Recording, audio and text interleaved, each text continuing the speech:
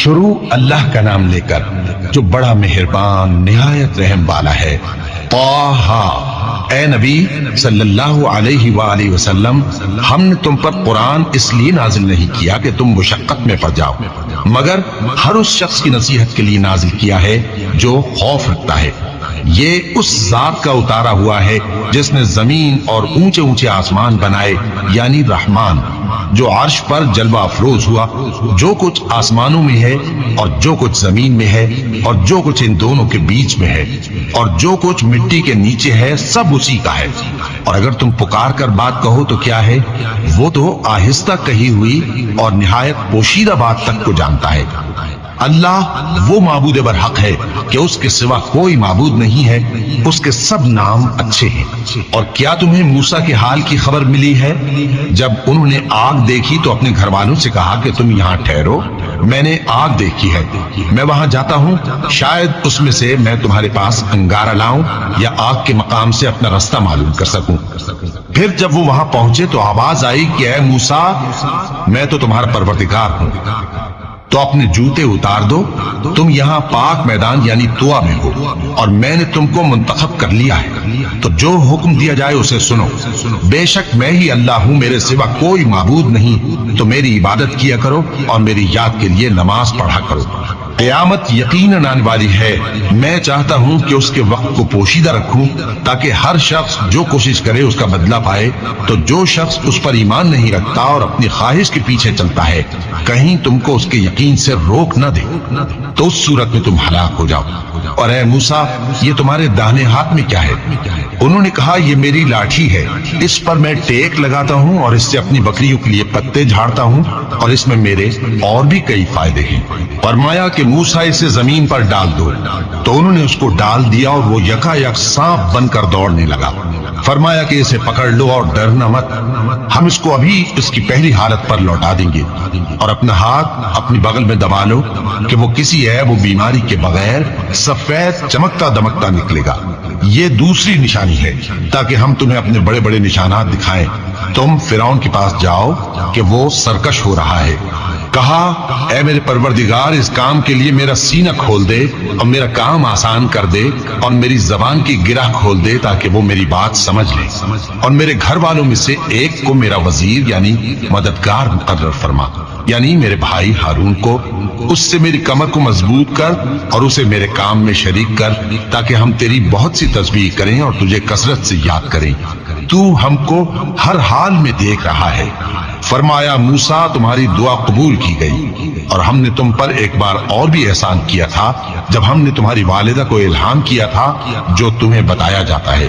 وہ یہ تھا کہ اسے یعنی موسیٰ کو صندوق میں رکھو، پھر اس صندوق کو دریا میں ڈال دو تو دریا اس کو کنارے پر ڈال دے گا، اور میرا اور اس کا دشمن اسے اٹھا لے گا۔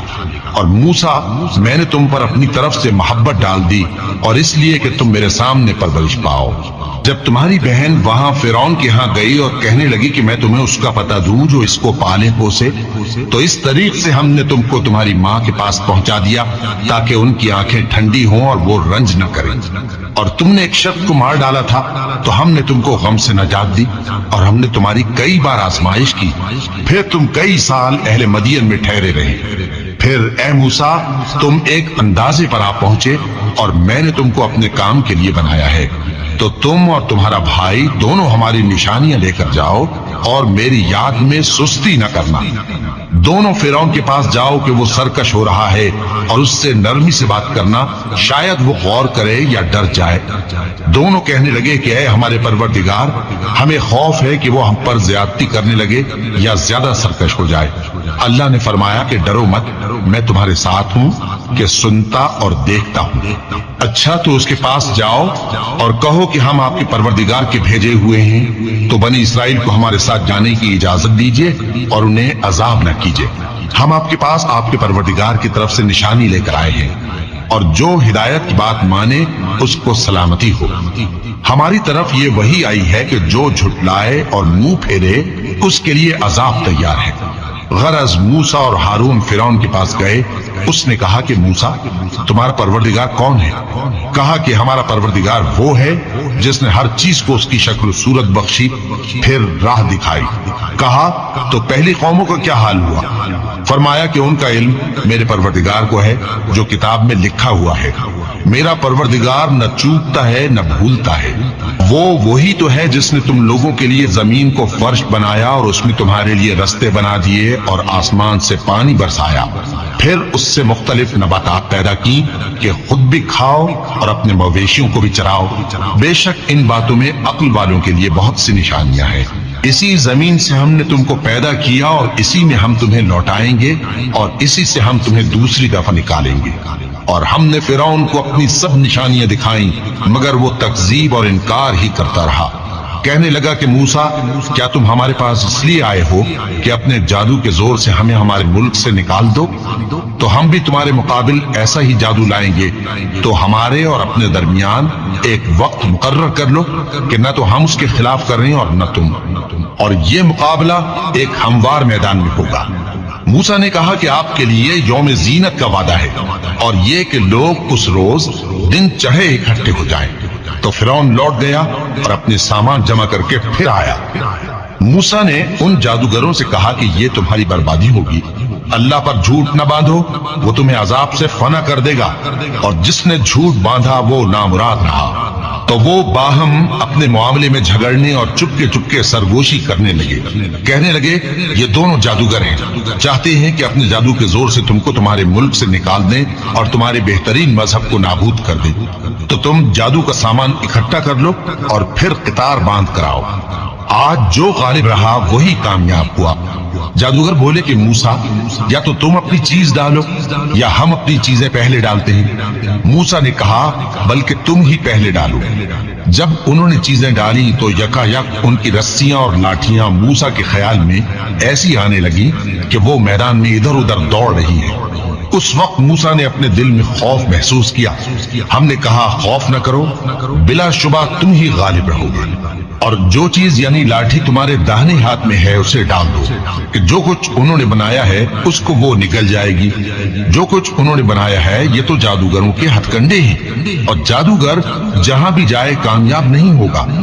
اس پر جادوگر سجدے میں گر پڑے، کہنے لگے کہ ہم موسیٰ اور ہارون کے پروردگار پر ایمان لائے۔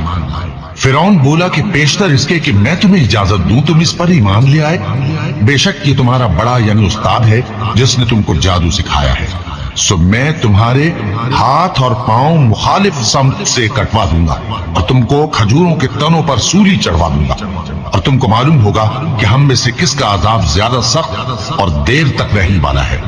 انہوں نے کہا کہ جو دلائل ہمارے پاس آ گئے ہیں ان پر اور جس نے ہم کو پیدا کیا ہے اس پر ہم آپ کو ہرگز ترجیح نہیں دیں گے، تو آپ کو جو حکم دینا ہو دے دیجیے، اور آپ جو حکم دے سکتے ہیں وہ صرف اسی دنیا کی زندگی میں دے سکتے ہیں۔ ہم تو اپنے پروردگار پر ایمان لے آئے تاکہ وہ ہمارے گناہوں کو معاف کرے اور اسے بھی جو آپ نے ہم سے زبردستی جادو کرایا، اور اللہ سب سے اچھا ہے اور ہمیشہ باقی رہنے والا ہے۔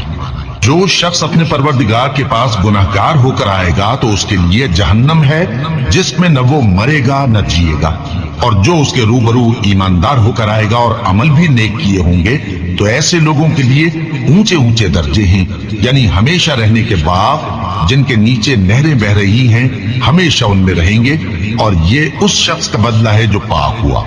اور ہم نے موسیٰ کی طرف وہی بھیجی کہ ہمارے بندوں کو راتوں رات نکال لے جاؤ، پھر ان کے لیے سمندر میں لاٹھی مار کر خشک رستہ بنا دو، پھر تم کو نہ فرعون کے آ پکڑنے کا خوف ہوگا اور نہ غرق ہونے کا ڈر۔ پھر فرعون نے اپنے لشکروں کے ساتھ ان کا تعاقب کیا تو سمندر کی موجوں نے ان پر چڑھ کر انہیں ڈھانک لیا یعنی ڈبو دیا، اور فرعون نے اپنی قوم کو گمراہ کر دیا اور سیدھے رستے پر نہ ڈالا۔ اے آل یعقوب، ہم نے تم کو تمہارے دشمن سے نجات دی اور تورات دینے کے لیے تم سے کوہ طور کی داہنی جانب مقرر کی، اور تم پر من اور سلوہ نازل کیا، اور حکم دیا کہ جو پاکیزہ چیزیں ہم نے تم کو دی ہیں ان کو کھاؤ اور اس میں حد سے نہ نکلنا، ورنہ تم پر میرا غضب نازل ہوگا، اور جس پر میرا غضب نازل ہوا وہ ہلاک ہو گیا۔ اور جو توبہ کرے اور ایمان لائے اور عمل نیک کرے پھر سیدھے رستے چلے اس کو میں بخش دینے والا ہوں۔ اور اے موسیٰ تم نے اپنی قوم سے آگے چلے آنے میں کیوں جلدی کی؟ کہا وہ میرے پیچھے آ رہے ہیں۔ اور اے میرے پروردگار میں نے تیری طرف آنے کی جلدی اس لیے کی کہ تو خوش ہو جائے۔ فرمایا کہ ہم نے تمہاری قوم کو تمہارے بعد آزمائش میں ڈال دیا ہے اور سامری نے ان کو بہکا دیا ہے۔ اور موسیٰ غصے اور غم کی حالت میں اپنی قوم کے پاس واپس آئے اور کہنے لگے کہ اے قوم کیا تمہارے پروردگار نے تم سے اچھا وعدہ نہیں کیا تھا؟ کیا میری جدائی کی مدت تمہیں لمبی معلوم ہوئی، یا تم نے یہ چاہا کہ تم پر تمہارے پروردگار کی طرف سے غضب نازل ہو اور اس لیے تم نے مجھ سے جو وعدہ کیا تھا اس کے خلاف کیا؟ وہ کہنے لگے کہ ہم نے اپنے اختیار سے آپ سے وعدہ خلافی نہیں کی، لیکن ہم ان لوگوں کے زیوروں کا بوجھ اٹھائے ہوئے تھے، پھر ہم نے اس کو آگ میں ڈال دیا اور اسی طرح سامری نے ڈال دیا۔ تو اس نے ان کے لیے ایک بچڑا بنا دیا، یعنی ایک بے جان جسم جس میں گائے کسی آواز تھی۔ تو لوگ کہنے لگے کہ یہی تمہارا معبود ہے اور یہی موسیٰ کا معبود ہے، مگر وہ بھول گئے ہیں۔ تو کیا یہ لوگ نہیں دیکھتے کہ وہ ان کی کسی بات کا جواب نہیں دیتا اور نہ ان کے نقصان اور نفع کا کچھ اختیار رکھتا ہے؟ اور ہارون نے ان سے پہلے ہی کہہ دیا تھا کہ لوگوں اس کے ذریعے تمہیں فتنے میں ڈال دیا گیا ہے، اور تمہارا پروردگار تو رحمان ہی ہے، تو میری پیروی کرو اور میرا کہا مانو۔ وہ کہنے لگے کہ جب تک موسیٰ ہمارے پاس واپس نہ آئے ہم تو اس کی پوجا پر قائم رہیں گے۔ پھر موسیٰ نے ہارون سے کہا کہ اے ہارون جب تم نے ان کو دیکھا تھا کہ گمراہ ہو گئے ہیں تو تم کو کس چیز نے روکا تھا؟ یعنی اس بات سے کہ تم میرے پیچھے چلے آؤ، بھلا تم نے میرے حکم کے خلاف کیوں کیا؟ کہنے لگے کہ اے ماں جائے میری داڑھی اور سر کے بالوں کو نہ پکڑیے، میں تو اس سے ڈرا کہ آپ یہ نہ کہیں کہ تم نے بنی اسرائیل میں تفرقہ ڈال دیا اور میری بات کو ملحوظ نہ رکھا۔ موسیٰ نے فرمایا تو اے سامری تیرا کیا حال ہے؟ اس نے کہا کہ میں نے ایسی چیز دیکھی جو اوروں نے نہیں دیکھی، تو میں نے فرشتے کے نقش پا سے مٹی کی ایک مٹھی بھر لی، پھر اس کو بچڑے کے جسم میں ڈال دیا اور مجھے میرے جی نے اس کام کو اچھا بتایا۔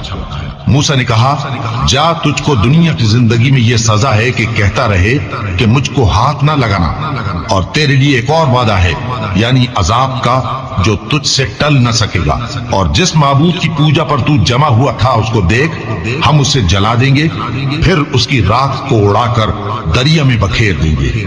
تمہارا معبود تو اللہ ہی ہے جس کے سوا کوئی معبود نہیں، اس کا علم ہر چیز پر محیط ہے۔ اس طرح ہم تم سے وہ حالات بیان کرتے ہیں جو گزر چکے ہیں، اور ہم نے تمہیں اپنے پاس سے نصیحت کی کتاب عطا فرمائی ہے۔ جو شخص اس سے منہ پھیرے گا وہ قیامت کے دن گناہ کا بوجھ اٹھائے گا۔ ایسے لوگ ہمیشہ اس عذاب میں مبتلا رہیں گے، اور یہ بوجھ قیامت کے روز ان کے لیے برا ہوگا۔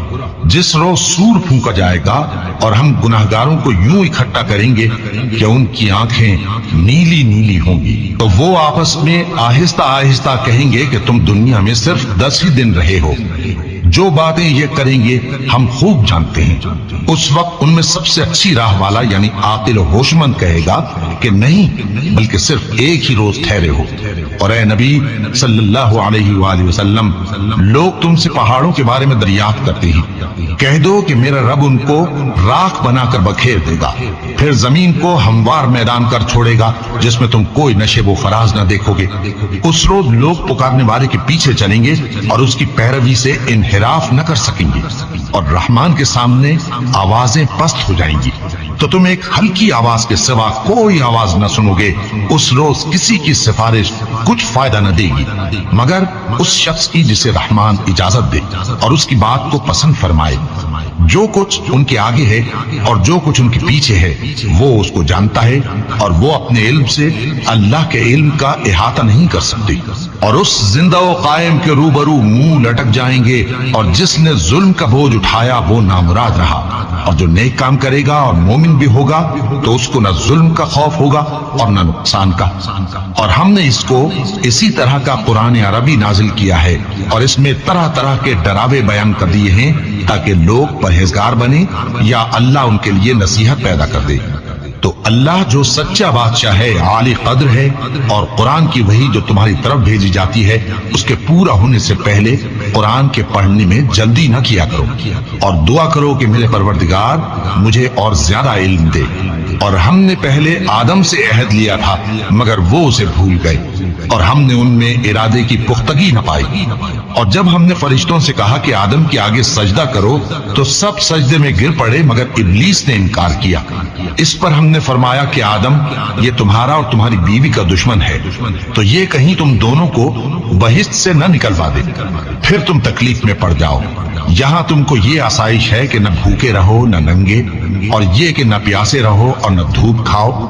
پھر شیطان نے ان کے دل میں وسوسہ ڈالا اور کہا کہ آدم بھلا میں تم کو ایسا درخت بتاؤں جو ہمیشہ کی زندگی کا باعث ہو اور ایسی بادشاہت کہ کبھی زائل نہ ہو؟ تو دونوں نے اس درخت کا پھل کھا لیا تو ان پر ان کی شرم گاہیں ظاہر ہو گئیں اور وہ اپنے اوپر بہشت کے پتے چپکانے لگے۔ اور آدم نے اپنے پروردگار کے حکم کے خلاف کیا تو وہ اپنے مقصد سے بے راہ ہو گئے۔ پھر ان کے پروردگار نے ان کو نوازا تو ان پر مہربانی سے توجہ فرمائی اور سیدھی راہ بتائی۔ فرمایا کہ تم دونوں یہاں سے نیچے اتر جاؤ، تم میں بعض کے دشمن ہوں گے، پھر اگر میری طرف سے تمہارے پاس ہدایت آئے تو جو شخص میری ہدایت کی پیروی کرے گا وہ نہ گمراہ ہوگا اور نہ تکلیف میں پڑے گا، اور جو میری نصیحت سے منہ پھیرے گا اس کی زندگی تنگ ہو جائے گی اور قیامت کو ہم اسے اندھا کر کے اٹھائیں گے۔ وہ کہے گا کہ میرے پروردگار تو نے مجھے اندھا کر کے کیوں اٹھایا؟ میں تو دیکھتا بھالتا تھا۔ اللہ فرمائے گا کہ ایسا ہی چاہیے تھا، تیرے پاس ہماری آیتیں آئیں تو تو نے ان کو بھلا دیا، اسی طرح آج ہم تجھ کو بھلا دیں گے۔ اور جو شخص حد سے نکل جائے اور اپنے پروردگار کی آیتوں پر ایمان نہ لائے ہم اس کو ایسا ہی بدلہ دیتے ہیں، اور آخرت کا عذاب بہت سخت اور ہمیشہ باقی رہنے والا ہے۔ تو کیا یہ بات ان لوگوں کے لیے موجب ہدایت نہ ہوئی کہ ہم ان سے پہلے بہت سے فرقوں کو ہلاک کر چکے ہیں جن کے رہنے کے مقامات میں یہ چلتے پھرتے ہیں؟ عقل والوں کے لیے اس میں بہت سی نشانیاں ہیں۔ اور اگر ایک بات تمہارے پروردگار کی طرف سے پہلے صادر اور جزائے اعمال کے لیے ایک میعاد مقرر نہ ہو چکی ہوتی تو نزول عذاب لازم ہو جاتا۔ پس جو کچھ یہ بکواس کرتے ہیں اس پر صبر کرو، اور سورج کے نکلنے سے پہلے اور اس کے غروب ہونے سے پہلے اپنے پروردگار کی تسبیح و تحمید کیا کرو، اور رات کی کچھ گھڑیوں میں بھی اس کی تسبیح کیا کرو، اور دن کے مختلف اوقات یعنی دوپہر کے وقت بھی، تاکہ تم خوش ہو جاؤ۔